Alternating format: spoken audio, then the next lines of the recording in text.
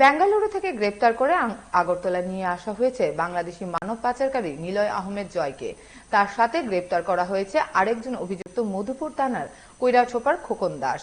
Agartala GRP থানার police কিছুদিন আগে 3 জন বাংলাদেশি মহিলাকে গ্রেপ্তার করেছিল। তাদের মাধ্যমে নিলয় সম্পর্কে তথ্য পান তদন্তকারীরা। অভিযোগ, নিলয় বাংলাদেশ থেকে অবৈধভাবে আসা নাগরিকদের ভারতের বিভিন্ন রাজ্যে পাঠাতো। তার সাথে দুই দেশে দালালদের ভালো যোগাযোগ আছে। একই সাথে অপর অভিযুক্ত খোকন দাসকে গ্রেপ্তারের পর মঙ্গলবার আদালতে পেশ করা হয়েছে। আমাদের আগরতলা জিআরপি থানাতে একটা মামলা হয়েছিল, এটা জানুয়ারি মাসের 19 তারিখে। তো ওইটাতে 3 জন মহিলা গ্রেপ্তার হয়েছিলেন। তো ওনাদের ইন্টারোগেশন এবং আরও যে মোবাইল বা আনুষঙ্গিক যে আরও ডকুমেন্ট আছে, তো ওটা থেকে মানে এই যে একজন আছেন যিনি বেঙ্গালুরে আছেন, মানে উনি অপারেট করছেন বাংলাদেশের দালাল এবং লোকাল যে দালাল আছে ওনার মাধ্যমে।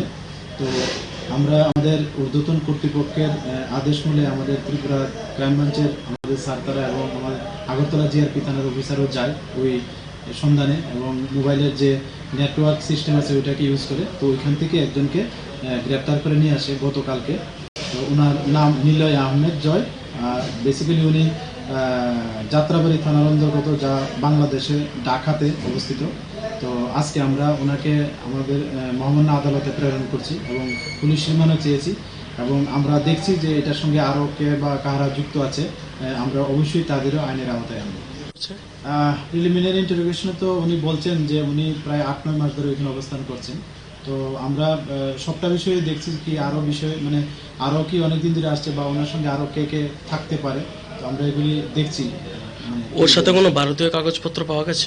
ভারতীয় কাগজপত্র না, এখন পর্যন্ত পাওয়া যায়নি। তো মোবাইলে অনেক কিছু ডকুমেন্ট আমরা দেখতে পেয়েছি। তো এগুলি আমরা খতিয়ে দেখছি, যেগুলি কে বা কার বা কোথা থেকে বানানো হয়েছে এটি আমরা